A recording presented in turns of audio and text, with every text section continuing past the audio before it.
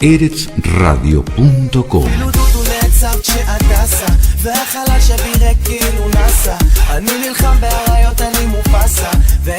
Gen latino, gen israelí. Una mezcla perfecta. Eretz Radio. Desde Rishon LeZion, Israel, transmite las 24 horas por fibra óptica. EretsRadio.com.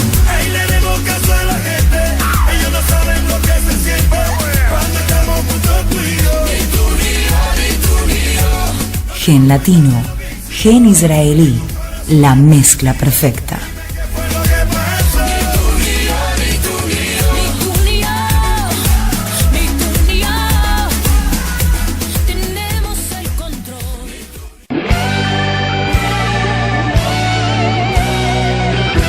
Aquí comienza Cambalache. Que el mundo fue y será una porquería, ya lo sé. En el 506 y en el 2000 también. Que siempre... Un recorrido informativo de Israel y la región, con la conducción de Edgardo Kraviecki y Daniel Minujín. Qué falta de respeto, qué atropello a la razón. Cualquiera es un señor, cualquiera es un ladrón. La participación especial de Sergio Levinsky en Deportes, Alberto Messer en Economía y Fanny Mandelbaum en Mujer y Sociedad. Da lo mismo el que labura, noche y día como un buey. El que vive de los otros, que el que mata, que el que cura, pues está fuera de la ley. El que vive de las minas, que el que afana, que el que cura, pues está... Cambalache. Hola Edgardo, ¿qué tal? Buen día, buenos días a todo el planeta. Cada vez llegamos más lejos. Y dentro de poco otras galaxias. ¿Y por qué no? Buenos días. Porque no, vía satélite, ¿no es cierto? Sí, estamos con varias cosas. Bueno, ayer muy conmocionados con todo lo que estuvo pasando desde el domingo, el día del referendo en Cataluña. Sí, la represión hoy, brutal. La represión esa que nos impresionó a todos. Y hoy es el día de la declaración de la independencia. Vamos a ver qué pasa, se abren muchos interrogantes. Tenemos colaboradores en Cataluña, vamos a hablar con mucha gente de allá, también para ver cuál es la postura de Israel, que por ahora evita pronunciarse sobre la independencia de Cataluña a nivel oficial, pero extraoficialmente hay muchas cosas. También estuvo una diputada laborista, Xenia, como observadora entre todos los observadores que hubo. Tampoco le gustó a Madrid que haya una observadora israelí, como si fuera un referéndum que ellos aceptan, porque no lo aceptan. Sí. Bueno, vamos a seguir conversando de todo esto, pero vamos a la segunda parte de lo que habíamos prometido ayer. Del tema que comenzamos ayer. Es BDS. Y curiosamente, hoy, en uno de los diarios de acá, de las portadas israelíes, volvieron a tocar un tema que hacía rato que no pasaba. Es recurrente, cada tanto vuelve. Ayer también salió en el Idiota Haronot, porque Israel prepara planes para combatir todo esto. Obviamente, que tanto daño nos hace. ¿Quiénes son los israelíes que adhieren al BDS, el boicot, no? Mira, Daniel, no son muchos los israelíes que adhieren a la línea del BDS, pero que los hay, los hay. Están, por ejemplo, los profesores universitarios Anat Matar o Niv Gordon.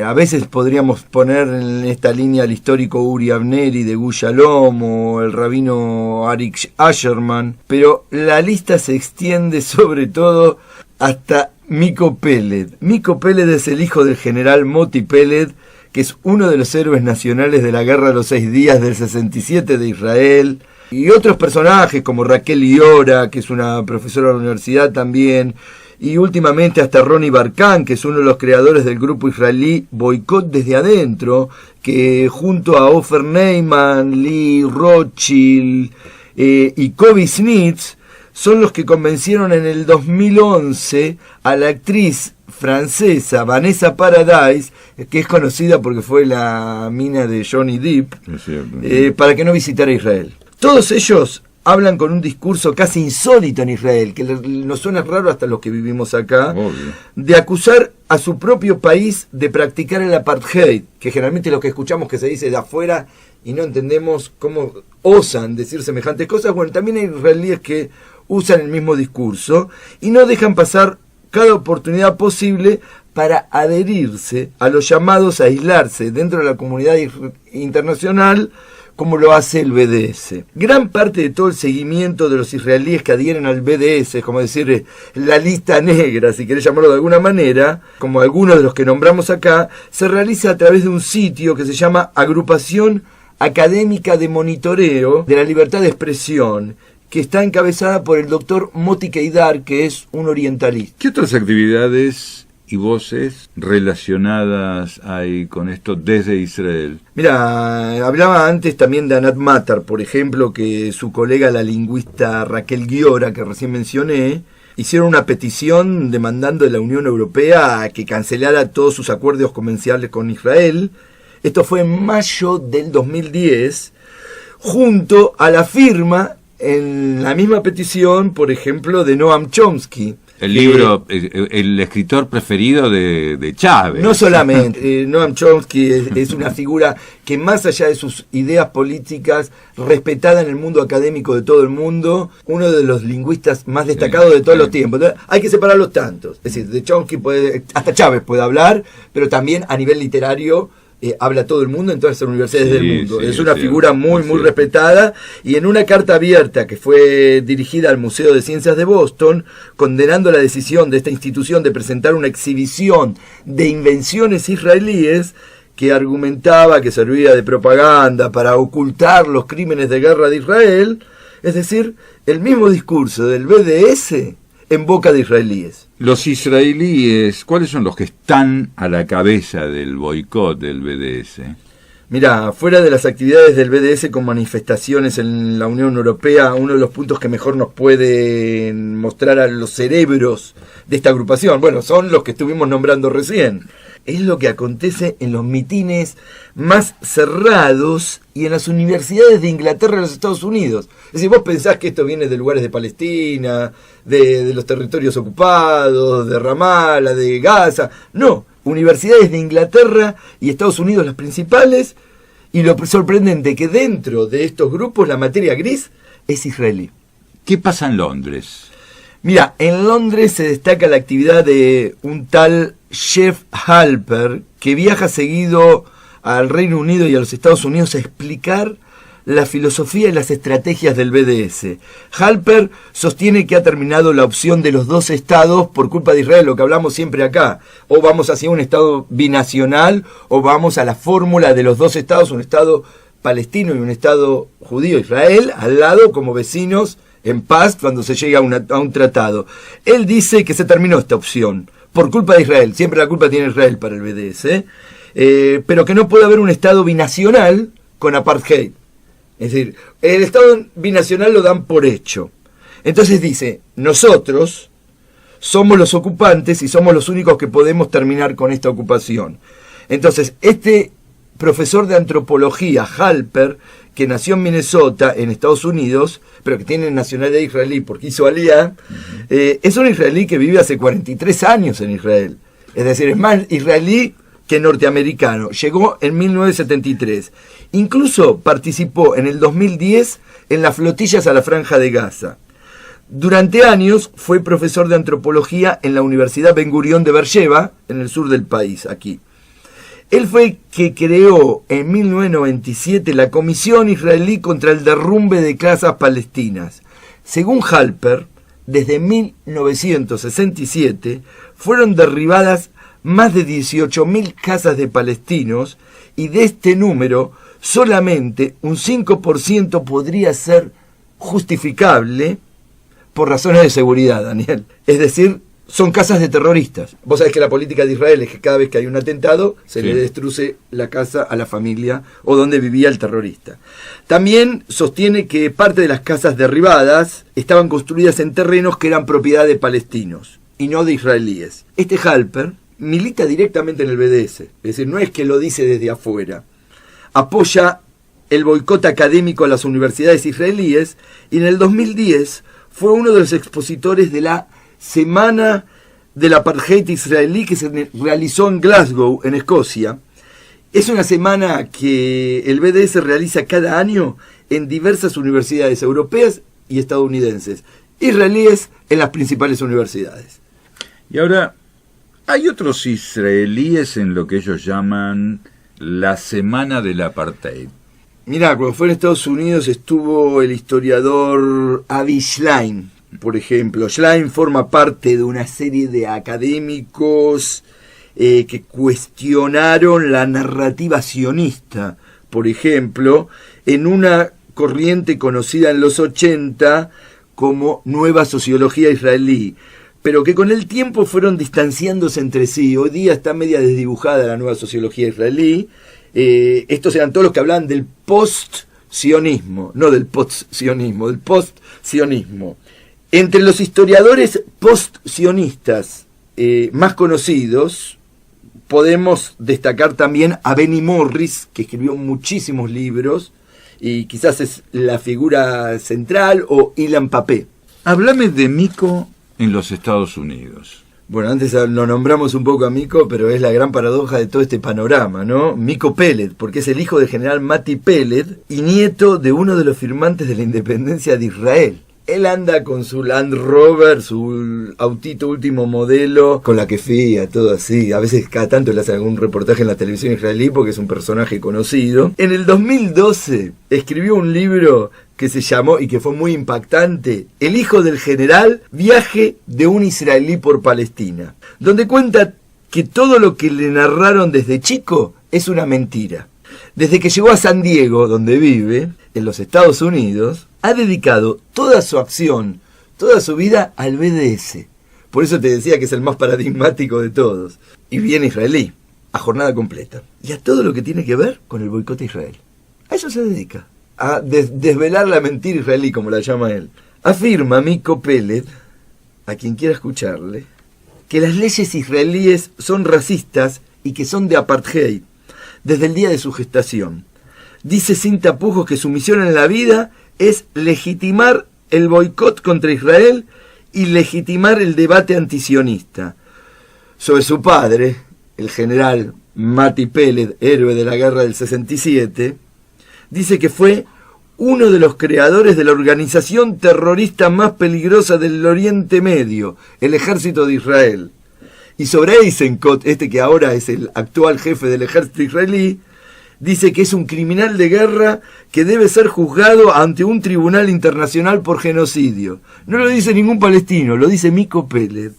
Lo insólito, Daniel, de todo este caso fue que lo que le llevó a estar dedicado al boicot contra Israel fue un atentado palestino en Jerusalén, donde él vivía, donde él nació. Esto fue en el año 1997. Cuando murió su sobrina Semadar en el mismo atentado. Vos fíjate, de un atentado palestino donde muere su sobrina, sale todo esto. Para este lado se fue. Y dice, como lo explica, ¿no?, que es parte de una lucha nacional de un pueblo que está reprimido desde hace 70 años. Cambalache, toda la información de la actualidad de Israel y la región.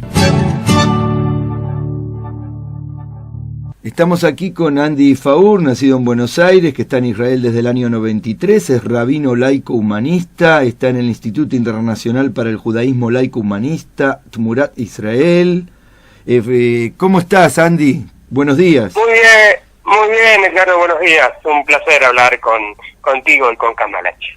Bueno, nosotros pensamos hablar de dos o tres cosas, dos o tres temas en particular relacionados con tu actividad dentro del judaísmo laico, pero también con tu actividad dentro de la educación judía y las instituciones judías de Israel, porque vos trabajaste desde Israel y también estuviste en Uruguay, ¿no?, enviado. Exactamente. Básicamente, como decís, Edgardo, yo me dedico a la educación, esa es mi pasión, es mi ocupación, es mi profesión desde hace ya más de 30 años, te diría. Tanto en Argentina, cuando viví en Argentina, como vos decís bien, los 3 años que estuve como representante de la agencia judía en Montevideo, en Uruguay, que estuvimos allá 3 años con toda la familia, y tanto como acá que me dedico, mi mayor ocupación y mi mayor tarea hoy en día es la educación, más relacionada con la educación no formal, pero el tema de educación es mi ocupación central. Ahora que hablas de la educación y la relación con la agencia judía, ¿Cómo se vive en este Israel el hecho, y en relación con las diásporas y América Latina, donde vos trabajaste, de que en los últimos años se ha desguazado la agencia judía y todos los departamentos de juventud o de inmigración relacionados con América Latina fueron cerrados? Mira, uno puede tomar el tema y decir, mira, son procesos históricos, sociológicos, que la agencia judía va pasando y que van cambiando las cosas, se va adaptando a otro Israel, a otra diáspora, a otras necesidades, ¿sí? Y por un lado, como decís vos muy bien, los grandes departamentos que existían en la agencia judía, como los departamentos de inmigración y de absorción o el departamento de educación, desaparecieron, ya no existen más, y hoy en día en vez de eso existen unidades temáticas o unidades que trabajan puntualmente sobre ciertos temas. Pero por otro lado, claro, mira qué cosa interesante que pasa por el otro lado, es que la Organización Sionista Mundial, en donde también trabajé varios años, tomó a cargo muchas de esas responsabilidades educativas. Por ejemplo, hoy tenés en la Organización Sionista Mundial un departamento de educación que se está encargando del tema de los movimientos juveniles, de los maestros en la diáspora, de programas, de seminarios, y también tenés un departamento con el que yo también colaboro, que es el departamento de apoyo o de difusión de la inmigración, sobre todo entre los jóvenes, entre los estudiantes, que también, digamos, por un lado, digamos, ciertos cargos dejaron de ser relevantes para una institución, pero pasaron a ser relevantes para otra, que son instituciones paralelas, podemos decir, de alguna u otra manera, que se van adaptando a las nuevas necesidades y a las nuevas formas que tiene también el judaísmo de la diáspora, y también las necesidades internas de cada institución. Y decime, el judaísmo de la diáspora de Argentina, de Uruguay, los lugares donde estuviste, de América Latina, ¿cómo lo ves, lo analizás en relación a lo que conociste hace una década y lo que ves ahora? A ver, mira, uno en general uno tiende a hablar, ¿no? Como estás preguntando, Edgardo, de América Latina, como algo global, ¿no? Como una totalidad, y cuando en realidad es cada país, cada lugar, incluso cada ciudad de un país tienen realidades completamente distintas. Uno lo que tiende a hacer cuando uno analiza, como sociólogo que soy, ¿no? También, como analista, tiende a generalizar las cosas. Y yo te diría que las comunidades de la diáspora están pasando por grandes crisis y grandes desafíos. Es una época sin duda de cambios, de cambio de rumbos, de nuevas perspectivas están surgiendo en cada comunidad. Por ejemplo, general, vos podés decir, okay, lo que más les preocupa a las comunidades generalmente es la asimilación, aquella gente que ya no participa, que no es parte de las instituciones, que no es activa dentro de las comunidades, que es realmente un tema importante. Por otro lado, tenés un tema muy importante de gente que se vuelve más religiosa dentro de las comunidades, gente que se hace parte de comunidades más cerradas y más aisladas del resto de la sociedad, a diferencia de lo que eran históricamente las comunidades de Latinoamérica, que eran abiertas, integradas, parte de los países en donde convivían. Y por otro lado tenés comunidades que están creciendo, que están desarrollándose. Por ejemplo, tenés una comunidad de Panamá que crece, tenés una comunidad como la de México que se mantiene y crece, tenés comunidades como la de Brasil que por un lado es verdad que está pasando por una crisis grande, por otro lado hay un trabajo interno más importante, o sea, se están arreglando más solas. Eso también es una ventaja, porque cuando antes dependían de otros factores, de factores de Israel o de otros factores de otros lugares, estaban más dependientes. Y hoy en día, digamos, hay una tendencia interesante, yo diría, cada una de las comunidades, al modelo de Estados Unidos, te diría, Edgardo, que cada una se está arreglando sola a nivel estructural, económico, financiero, comunitario, digamos, ya no depende de las grandes instituciones como se dependía antes, sino ya son más autosuficientes y pueden subsistir por sí solas, sino con ayuda de afuera.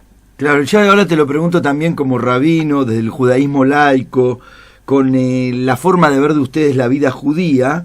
hablaste de asimilación y me quedé pensando en la comunidad judía argentina, donde más o menos en los últimos tiempos 2 de cada 3 judíos se casan con un no judío. Entonces, ese no judío, que hoy puede ser el 60% de las parejas judías casadas con un no judío, ¿es aceptado dentro de la comunidad judía? ¿Es visto como parte integral también de la comunidad por estar casado con un judío? Claro, bueno, mira, vamos a agarrar el caso puntual como decís vos de Argentina, porque en cada lugar es distinto, por supuesto. Es una comunidad más grande. Es más grande, más abierta en general, más liberal y más integrada, digamos, como lo decís bien, Edgardo, que da una pauta distinta.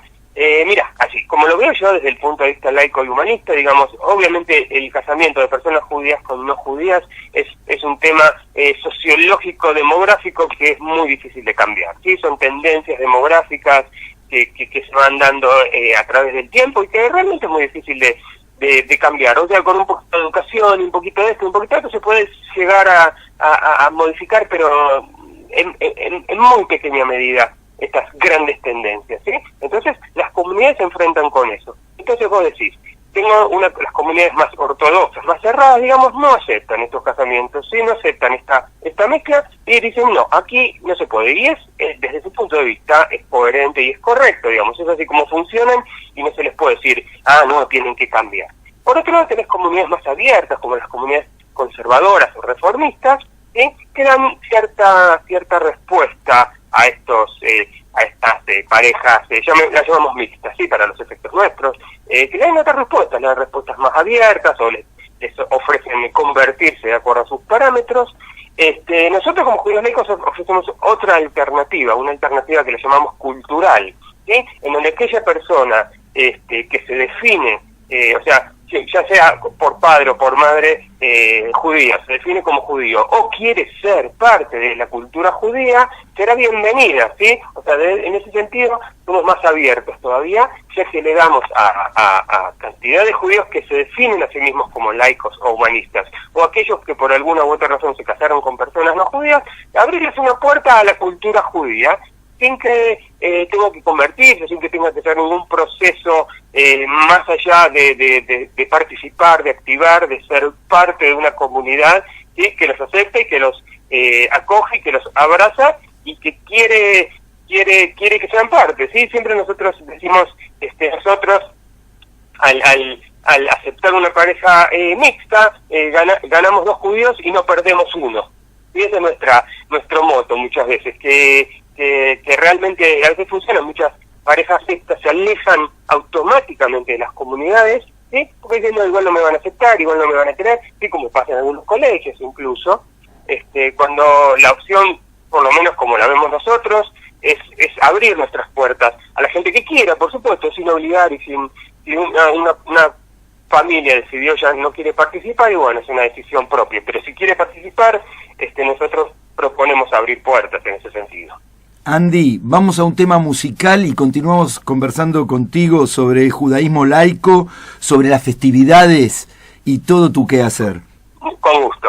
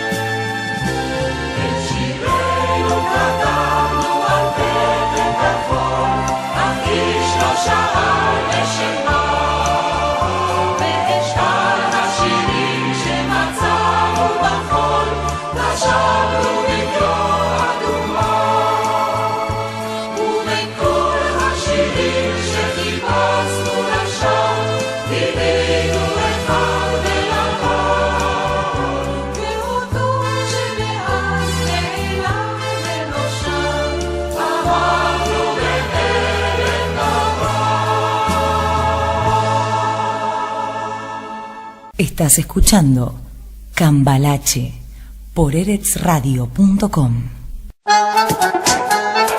Cambalache, toda la información de la actualidad de Israel y la región. Continuamos conversando aquí con Andy Faur, nacido en Buenos Aires, rabino laico, humanista, sociólogo, trabaja en educación desde hace 30 años. ¿Es así, Andy? Es exacto lo que decís, Ricardo. Resumiste en pocas palabras el currículum. Bueno, hay que presentarlo en sociedad, y como presentamos en sociedad, y ahora estamos en una época de festividades en Israel, acabamos de pasar Kippur, viene Sukkot, pero me gustaría separarlos y que me digas, por ejemplo, cómo ustedes festejan Kippur, cómo lo ven, qué diferencia tienen con una visión ortodoxa del judaísmo. Sí, te diré incluso, Edgardo, de una visión religiosa y no solo ortodoxa, porque en general las visiones religiosas, en grande de nuevo, las liberales o las más ortodoxas, tienen puntos en común, y nosotros a veces coincidimos en algunas cosas con algunas y en algunas no. Mira, como estábamos hablando antes, ¿no? O sea, para nosotros el judaísmo es la cultura del pueblo judío, esa cultura que se desarrolló durante los últimos 3.000 años, por decir algo, desde la compilación de nuestra fuente central, desde la Torá en adelante. Y en ese sentido realmente somos muy estudiosos, te diría, ¿sí? Porque para nosotros los Hagim son parte integral de toda esta cultura judía que nosotros vivimos y vivenciamos, y no la tomamos como sobreentendida. Nosotros investigamos, nosotros digo en general, la gente que está en mi grupo, en mi pequeña sociedad, y nos dedicamos mucho a investigar, a leer, a estudiar de dónde vienen estas festividades, por qué hacemos así las cosas, qué significan estas cosas. Nosotros intentamos ir más allá de la tradición, que la tradición lo que hace es repetir generalmente lo que hizo la generación anterior, y vamos y profundizamos en estas cosas. Entonces vamos a ver de dónde viene esto que se llama Yom Kippur, como dijiste, de dónde viene esto que se llama Sukkot, para resignificarlos. Lo que hacemos nosotros, Edgardo, en grande, yo te diría, es resignificar los contenidos y los símbolos de la festividad. O sea, nosotros festejamos todas las festividades, ¿sí? Pero desde un punto de vista cultural humanista. Buscamos dentro de esto, dentro de la cultura judía milenaria tradicional, buscamos aquellos valores, aquellas componentes que se adaptan más a nuestra forma de vida. Me preguntas en particular Yom Kippur. Por ejemplo, muchos de nuestros colegas hicieron reuniones de Yom Kippur, te lo llamaría así, en sus casas o en algún lugar, se reunieron a estudiar. A estudiar desde el libro de Jonás, por ejemplo, que es el que se lee tradicionalmente, hasta textos más modernos. Y se reunieron, digamos, como resignificando la festividad. ¿Qué significa? Muchas veces, claro, nosotros digo, intento hablar en genérico para no decir yo, digo, ¿cuál es lo principal de Yom Kippur? Y muchas veces algunos dicen el ayuno. Entonces nosotros vamos a la base y decimos, no, el ayuno es simplemente un medio para lograr el objetivo. El objetivo de Yom Kippur es la introspección, es el pedido de perdón, es el poder reflexionar sobre lo que uno hace y lo que uno hizo y pedir perdón si hace falta y reforzar las cosas fuertes las cosas buenas que hicimos durante el año. Entonces, ese es el valor de Yom Kippur, esos son los valores de Yom Kippur, que son los que intentamos resaltar o trabajar o valorar o incluso resignificar.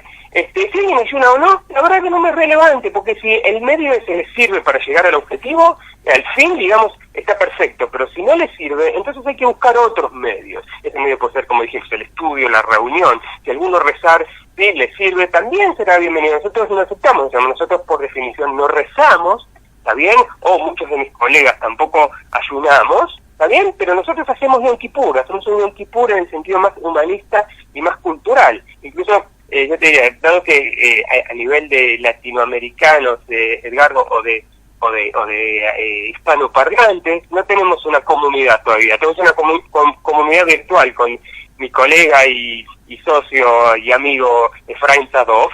Tenemos una comunidad virtual humanista, o sea, donde los que hablan español pueden acceder en forma internética, digamos, hasta que en algún momento quizás tengamos una comunidad física, pero por ahora, por ejemplo, ofrecemos, digamos, nuestros servicios o contenidos que tenemos a través del Internet.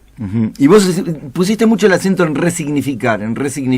Incluso restás importancia al ayuno, que es una cuestión personal y de conciencia de cada uno, pues quien quiere lo hace, quien no, incluso como rabino lo ves bien. Cuando hablas de esa resignificación de las festividades, por ejemplo en Kippur, ¿cuál sería esa resignificación, fuera de lo que dijiste? Para mí o para nosotros diría, es un día, ¿sí?, que la tradición judía, más allá del comienzo histórico, ¿está bien? El comienzo histórico de hace 2500 o 3000 años, no importa, ¿sí? Es un día que la tradición judía lo dedicó o nos llama a dedicarlo a parar la pelota, como decimos nosotros, ¿sí? A decir, ok, vamos a dedicarle un día también espiritualmente y también físicamente, no vamos a olvidar del resto, no vamos a olvidar del trabajo, no vamos a olvidar la rutina, no vamos a olvidar el celular, no vamos a olvidar del día a día, de los problemas y de todas las cosas que tenemos, ¿sí? Y vamos a dedicarlo en conjunto como judíos. Mirá qué mensaje importante que tiene esto.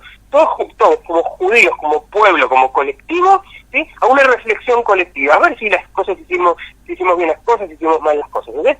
La resignificación que le damos es justamente que, como sabes, claro, hay prohibiciones, 5 prohibiciones tradicionales de Yom Kippur, ¿también? Que son no comer, no acicalarse, no bañarse, etcétera, etcétera, que en realidad para nosotros son menos relevantes. Cuando yo te hablo de resignificar, te estoy diciendo, vamos a darle más importancia a los contenidos, al centro de la cuestión, al mensaje central que nos transmite la tradición, y menos a todo alrededor ese, ¿está bien?, que es más ritual, Edgardo, que es más religioso, se llamaría, que es menos relevante para nuestra vivencia de Yom Kippur, ¿está bien?, que el contenido, los valores centrales que me transmite la tradición. Sí, por ejemplo, yo te nombré el libro de Jonás, que es muy interesante, ¿está bien?, cuando va a profetizar y cuando se lo come la ballena y etcétera, etcétera, digamos, un cuento muy interesante, muy simpático, que nos da cuenta, ¿sí?, de lo que es el valor de Yom Kippur, del arrepentimiento, del pecado y de todo eso,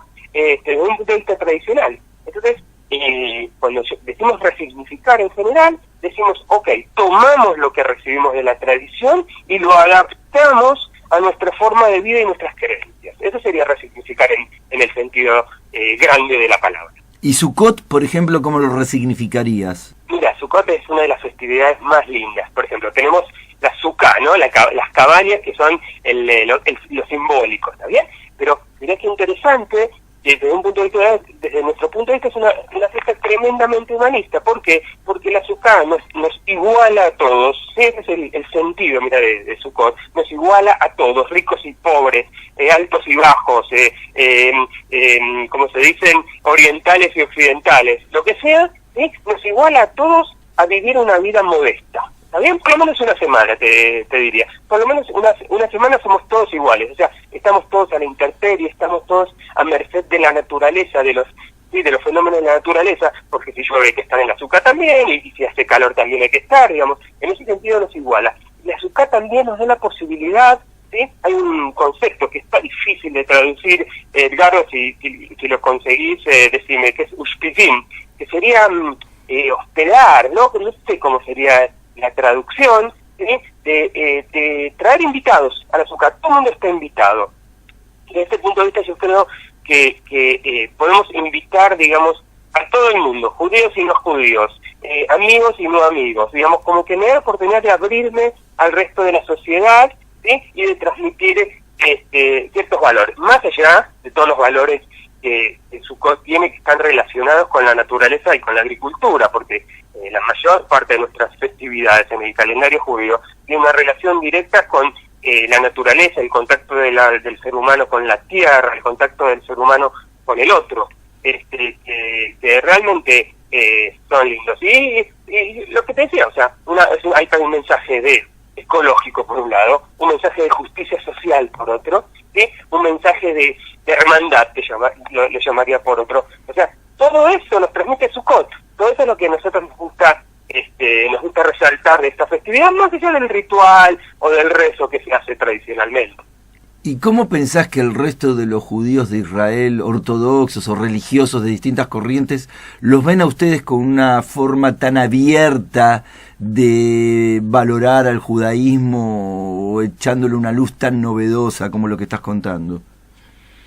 Hay gente que lo entiende más y gente que lo entiende menos. Por supuesto que una persona, y de nuevo, no vamos a meter a todos en la misma bolsa, Edgardo, porque no sería correcto, ¿está bien? Hay gente ortodoxa que dice lo que están haciendo ustedes es cualquier cosa, una herejía, y hay gente ortodoxa que dice que bien lo que están haciendo, porque nunca el judaísmo fue una cosa unificada y una cosa estática y una cosa que monolítica. ¿Está bien? Por eso nunca lo fue así. O sea, algunas que lo quieren pintar así, pero jamás fue así. Desde sus comienzos fue multifacético y variado, y hubo distintas vertientes, hubo distintas opiniones, todo el tiempo, ¿sí? Gran parte de ellas están manifestadas en la Torá, y gran parte están manifestadas en el Talmud, y en las distintas fuentes. Siempre hubo debate, siempre hubo discusión, siempre hubo distintas formas de evidenciar el judaísmo. Aquel que lo ve como una amenaza, y bueno, que lo vea como una amenaza, el que se lo pierde es él. Lo que nosotros venimos acá no es a competir, Edgardo, no es a decir nosotros somos mejores, nosotros somos peores, o nosotros venimos a suplir a alguien. Nosotros venimos a llenar un vacío, a brindar una alternativa a judíos que se identifican con nosotros, porque nosotros estamos con la cuestión de que el judío tiene que participar, y si ese judío que participa lo encontró en el ámbito ortodoxo, es válido y está perfecto, pero muchos no lo encuentran en los ámbitos religiosos. Entonces venimos a dar una alternativa. Como sabemos, siempre hay gente más pluralista y menos pluralista. El que entiende, yo creo, claro, el que entiende realmente lo que hacemos, está de acuerdo y nos apoya, porque entienden que lo que estamos haciendo es dar más alternativas y dar más opciones a judíos a participar del judaísmo, que simplemente si no la tendrían no participarían. Entonces, ¿qué sentido tiene que un judío esté alejado o esté, entre comillas, lo digo, asimilado? Está bien, porque las opciones que tienen no le son válidas o no le interesan. Está bien, entonces nosotros damos una alternativa más, que no va en detrimento de las otras, sino a favor de aquella gente que no encontró todavía su alternativa de judaísmo. Andy Faur, muchísimas gracias por haber conversado con nosotros en esta mañana de octubre. Un placer, Hag Sameach, y que tengamos un gran año, Edgardo. Bueno, lo mismo para vos y Hag Sameach. Hag Sameach, Shana Tova. Adiós. Cambalache, un puente informativo entre la cultura de Israel y el mundo de habla hispana.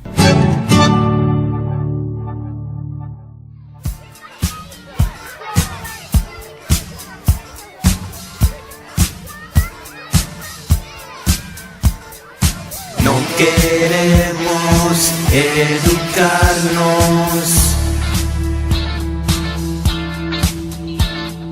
no queremos más control, no más sarcasmos en la clase. Profesar y queremos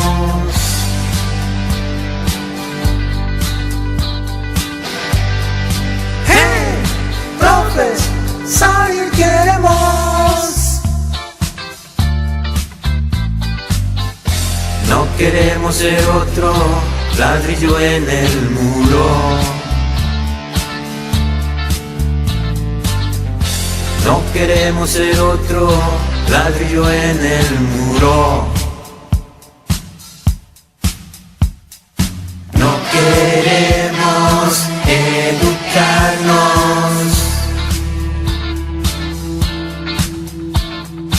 No queremos más control.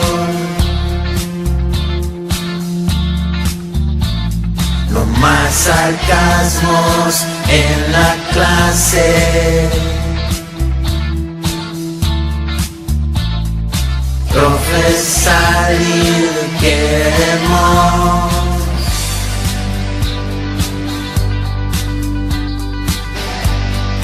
¡Hey! Profesar y queremos. No queremos ser otro ladrillo en el muro.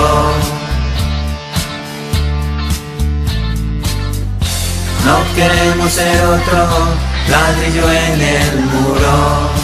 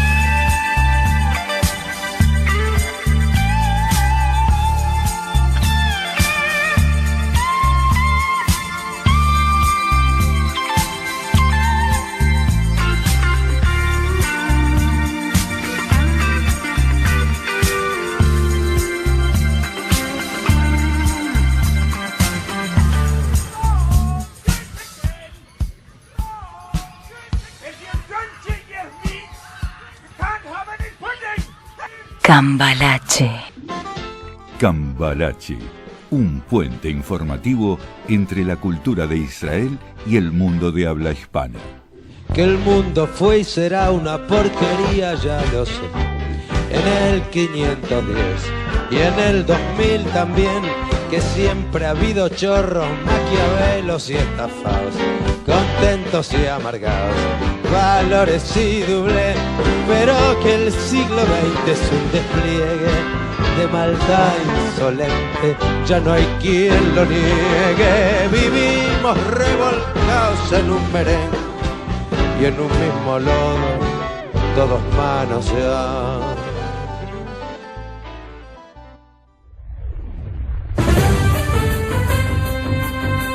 Eretz Radio Noticias.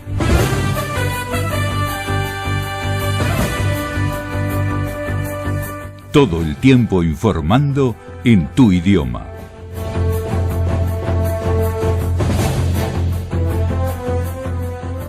Hoy los catalanes piensan declarar su independencia de España. Expectativa por la respuesta de Madrid y de la Unión Europea.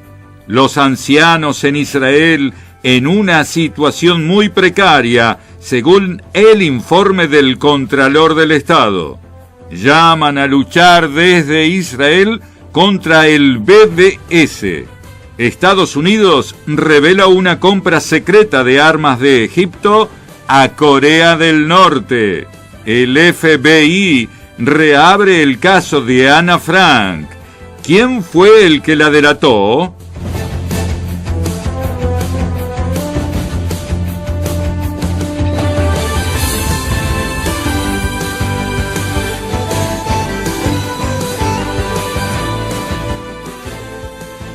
Hoy los catalanes piensan declarar su independencia de España. En el referendo del domingo hubo una absoluta mayoría a favor del separatismo y un repudio colectivo a la represión policial española, que ha dejado un saldo de más de 884 heridos. Expectativa por la respuesta de Madrid y de la Unión Europea. Los ancianos en Israel en una situación muy precaria. Según un informe del Contralor del Estado, una anciana sobreviviente del Holocausto dijo que se siente como un perro y que no puede salir de su casa por no tener dinero. Su marido duerme en el comedor en una cama que encontró en la calle. Llaman a luchar desde Israel contra el BDS.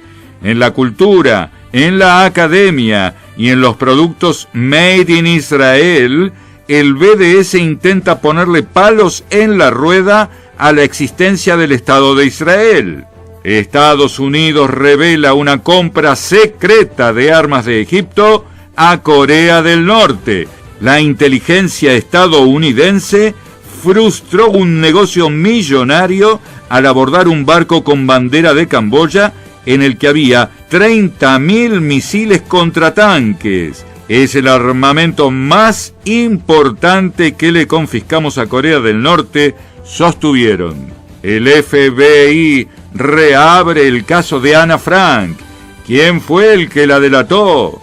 Un agente retirado del FBI, Vincent Pankow, junto a su equipo de investigadores, ha iniciado una investigación para saber quién delató a Ana Frank y su familia hace 75 años atrás, durante la Segunda Guerra Mundial en Ámsterdam.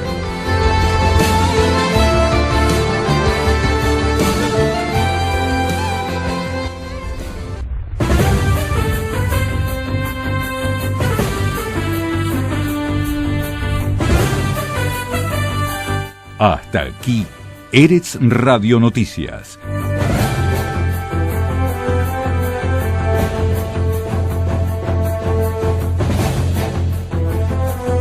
Todo el tiempo informando en tu idioma.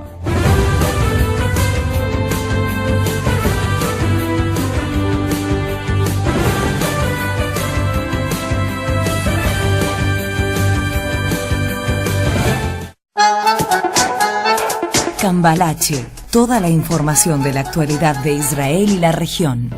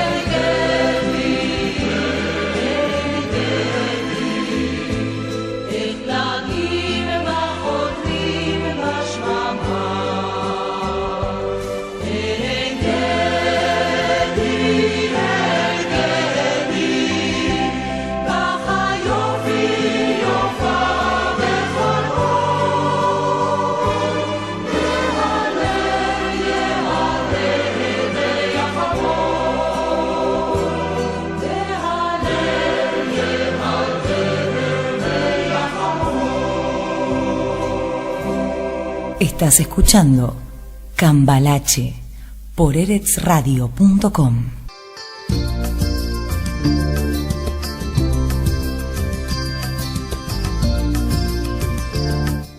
Hoy dicen los diarios. Hoy dice el periódico que ha muerto una mujer que conocí.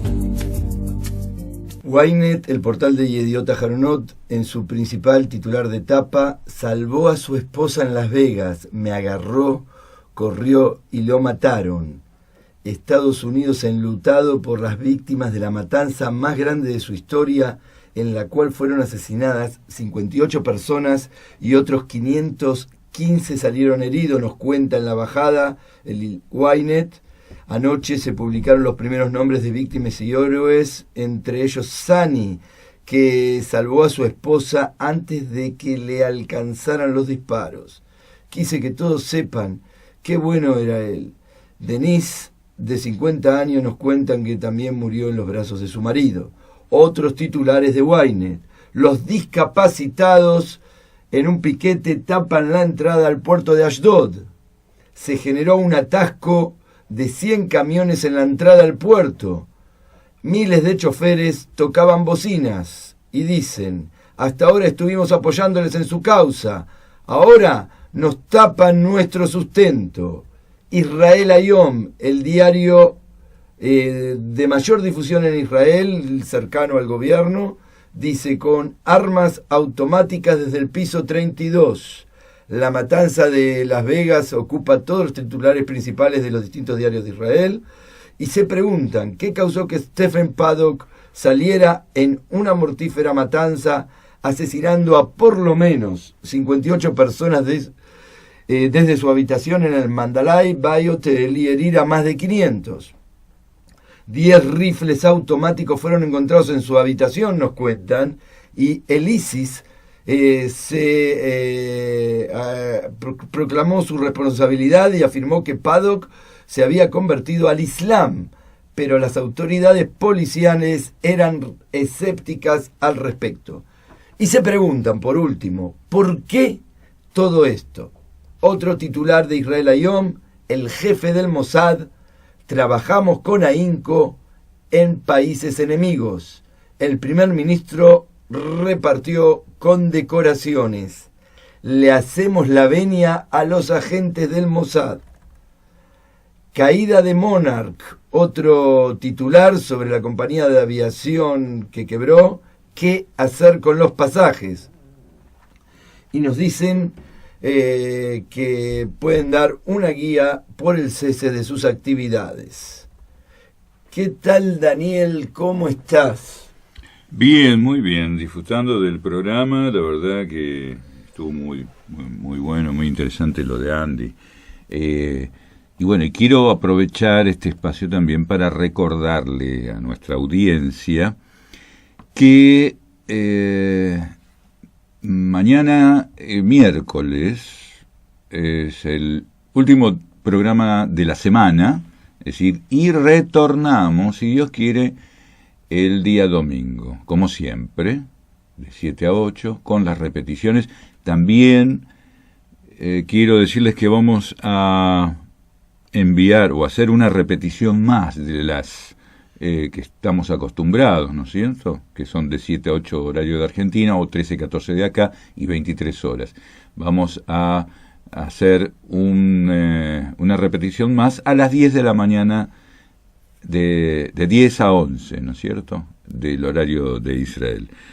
Y bueno, si tenés otra... Sí, tengo otros titulares. Habíamos hecho esta interrupción para contarle a nuestros oyentes también de esto de que por Sukkot no vamos a hacer el programa el jueves. Sí, nos tomamos unos días para... Podríamos el año que viene transmitir adentro de una sucana, ¿cierto? De una cabaña. Sí. Claro. Bueno, el Haaretz nos cuenta que la locura golpeó en Las Vegas y esta vez los Estados Unidos continuarán como de costumbre hasta la próxima masacre. El tiroteo más letal en la historia de los Estados Unidos fue posible gracias a la insistencia en permitir que los civiles adquieran armas ilimitadamente dice en la bajada de la Haaretz, y habla de que Trump dijo todas las cosas correctas para marcar un cambio en sus alocuciones, pero en una realidad compleja donde no hay un enemigo definido y frente a sus simpatizantes queda con un mensaje de impotencia. Otro titular de la Haaretz: una mujer soldada en estado crítico en la cárcel 4, después de recibir paracetamol de la marca Acamol para el tratamiento del dolor de pecho. La soldada sufre una lesión cerebral grave después de que se derrumbó en su celda debido a un ataque al corazón. El ejército abrió una investigación y examinó la conducta de sus comandantes. La soldada había sido arrestada hace 2 semanas bajo sospecha de usar y comercializar cannabis, marihuana en la base. Otro titular de el Haaretz: el cambio climático obliga a las compañías aéreas a invertir miles de millones para adaptarse. Y dicen que en Hong Kong se está construyendo un muro para cerrar represas, y en Noruega los aeropuertos están en peligro de inundación. El calentamiento global y el aumento del nivel del mar exigen fuertes costos a las aerolíneas y puertos. Otro diario israelí, el Jerusalem Post, se pregunta: ¿Israel ha fracasado en la independencia kurda? A pesar del aparente retroceso de Netanyahu, Jerusalén probablemente daría la bienvenida a un Kurdistán independiente como aliado importante. También hablan en 3 notas de portada sobre la reconciliación de los palestinos, y nos dicen: Abbas dice que la ANP debe controlar toda la franja de Gaza, incluyendo la seguridad. El líder palestino dice que no aceptará una recreación del modelo de Hezbollah en el Líbano en la franja de Gaza. Otra que el mismo tema del Jerusalem Post: a diferencia del pasado, Israel no reacciona contra los movimientos de reconciliación Fatah-Hamas. Hamas está tratando de ganar legitimidad internacional, dicen en Jerusalén, sin aceptar el derecho de Israel a existir, sin desarmar y sin aceptar los principios del cuarteto. Análisis. La última: a pesar de la fanfarria, Hamas y Fatah serán difíciles de reconciliar, y los dejamos ahora con una frase muy pequeña de Aristóteles, el filósofo griego: la esperanza es el sueño del hombre despierto.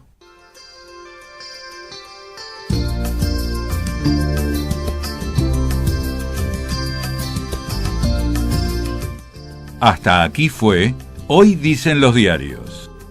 Hoy dice el periódico que ha muerto una mujer que conocí,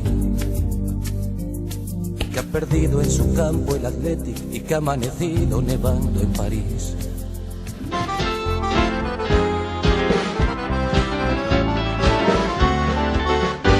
Esto ha sido todo por hoy. Que el mundo fue y será una porquería, ya lo sé.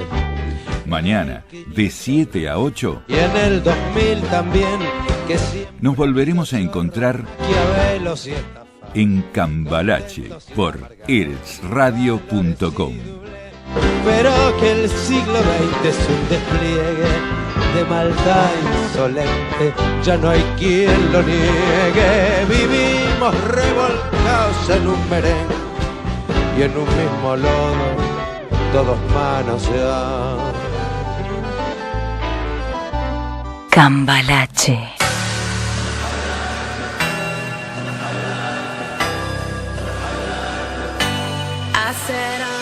¿Por qué el fútbol argentino llegó a una crisis tan profunda? Sergio Levinsky te lo cuenta en su libro AFA. El fútbol pasa, los negocios quedan.